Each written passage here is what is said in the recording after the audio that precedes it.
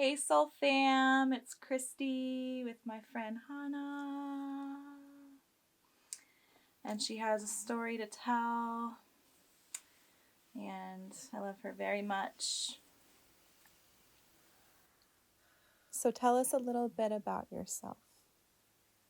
I am a 32-year-old woman who lives in Sonoma County for 6 years now.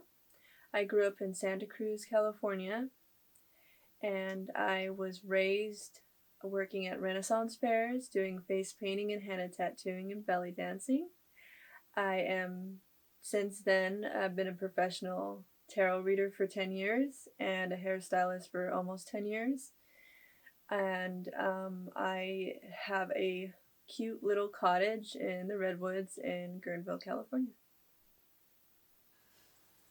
Can you paint a picture of what you're going through physically right now? Physically, I have been going through a lot. On October 2022, I injured both of my ankles. They both rolled in at different times in the same week.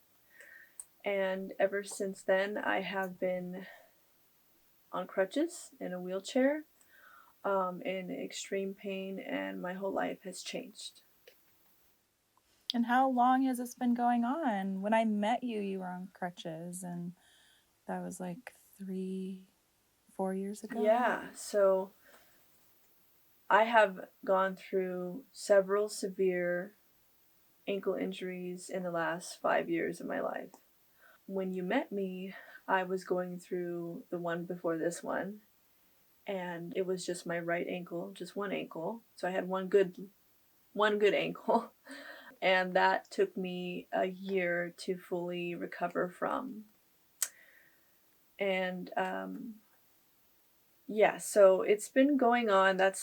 I've had 4 severe ankle injuries in the last 9 years, and they've all taken a really long time to heal, as it seems I have a mystery connective tissue disorder, and I have a positive ANA marker in my blood work, which indicates some sort of autoimmune condition of my connective tissues, and I am living proof that not all tissues in the body heal the way that they should when you have a mystery illness that could be connective tissue related. And I'm still trying to get to the bottom of it. So, what impact do these injuries have on your day-to-day life? So I am unable to clean my own home, do my own laundry. I need help getting from point A to point B. I need help taking my trash out. I cannot take my own trash out without hurting myself further. And I struggle to cook for myself. I have made my home very handicap friendly. So I have a stool in my kitchen so that I can, when I'm able to, if I have any extra reserves, I can try to whip something up. But even being on the stool and being upright is such a struggle for me that I avoid social events. I've been really isolated from my community that I love so much. And I have learned to have peace with that. I've learned to have peace being a homebody when I used to be an adventurer and a free spirit, and I still am. But I have learned to be stationary. I have learned grace and to be humble in the face of struggle. What other health challenges are you facing? So in December of 2023, I was diagnosed with thyroid cancer. And that was found out from an MRI that I had on my upper spine, which they saw a growth on the left side of my thyroid, and so I had to get it checked out. And I have cancer.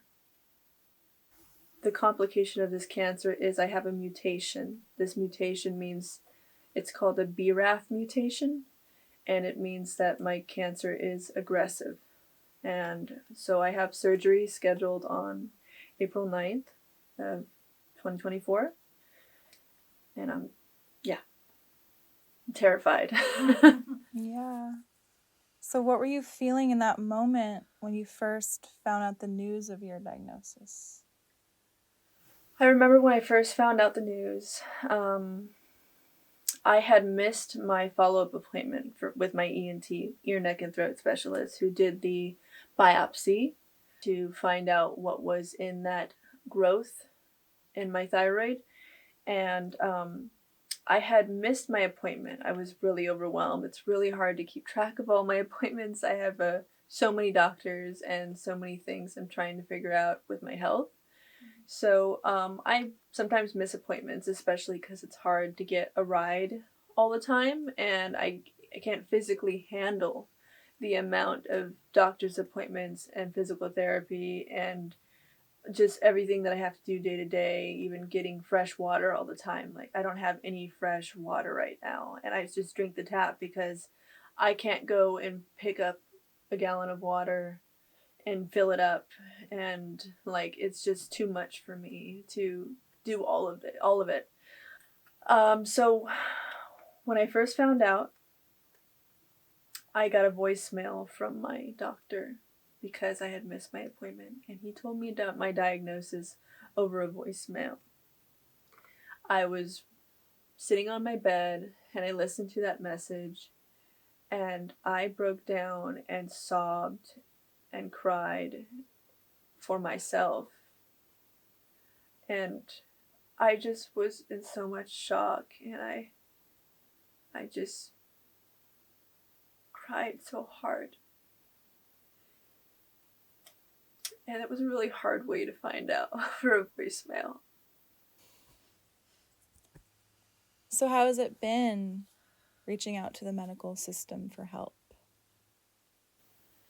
It has been so difficult because the uniqueness of the Western medicine, the medical institution of the United States, is that every appointment for every little thing it's like one thing at a time. You get the blood work, you go in, you talk to, I have a rheumatologist, and I had to go in. I waited for this appointment for almost a year.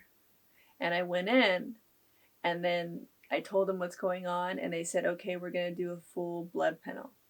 But they should have just ordered that blood panel before I even went into the appointment. And so it was like, okay, it's going to be 5 weeks before we get that blood panel back. And so I needed to wait. After almost a year of waiting to get a rheumatologist, I had to wait 5 more weeks to find out what my blood work says. So this is just an example of so many medical situations and doctors I've dealt with that have either given me the runaround or have made me jump through so many hoops just to figure out what's going on with me. And I've been fighting for my life, and I've learned how to advocate for myself. I've learned to be really strong in the medical system.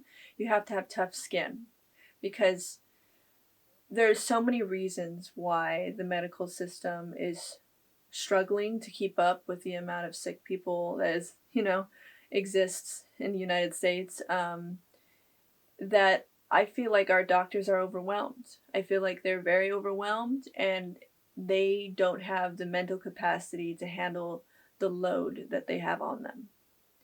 And when you go into a doctor's office and you sit with your doctor, they are just trying to get you out of there without helping you because they are already overwhelmed from the last person they saw. Who knows what that person was going through, So being able to handle so much, I have compassion for the medical system and how hard it is. At the same time, it's extremely difficult to be a patient trying to be taken seriously. And until my cancer diagnosis, nobody took me seriously. And so finally things are happening faster because they have me basically like on the cancer list, and so referrals are finally going through faster. But I have been struggling for years fighting with the medical system. Years, many years. So, what type of support would dramatically improve your life and make a difference? The kind of support that would really help me is having a caregiver. And here's the catch on that one. I made a little more money last year and will continue to make a little more money than the cutoff, the threshold of being eligible for Medi-Cal, which is the lowest income insurance in California. And in order to be eligible for government assisted caregivers, where the government gives you hours, you have to be on Medi-Cal. Now, if you're above that, you don't get any help from the government. And the truth is, nobody can live on under $20,000 a year. And I live in low income housing, which their threshold is $45,000. That's much more reasonable. It makes more sense. And I made in 2023, I made $29,000. Let's just be real. Like, that's not that much. And it's certainly not enough to pay someone regularly to help me. Having support to get to all my appointments where I can get better, whether it's physical therapy or going swimming or eating healthy or having like regular someone there to make sure that I don't hurt myself because I am disabled. That would change my life. And how does it feel to be in a position to have to ask for help? It feels extremely scary. It makes me feel very vulnerable. Like, just sitting here with you now has been, like, I've been avoiding this. And if it wasn't for the push of some really good friends, I wouldn't be here sitting with you right now. Because I know that a lot of people in this world are going through a hard time. And I have so much compassion for everyone's struggle.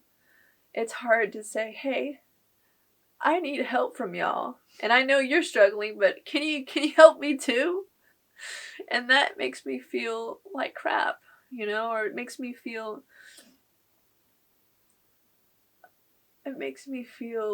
very vulnerable and embarrassed. I don't even know how to convey how hard it is to be sitting here and asking for help.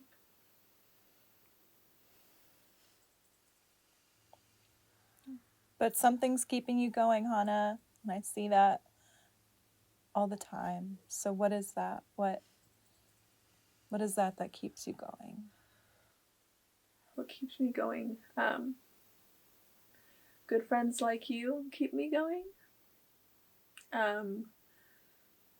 My artistic visions keep me going. I'm always got my hands in some creative project that keeps me going. The love that is surrounding me from my family and my friends keeps me going.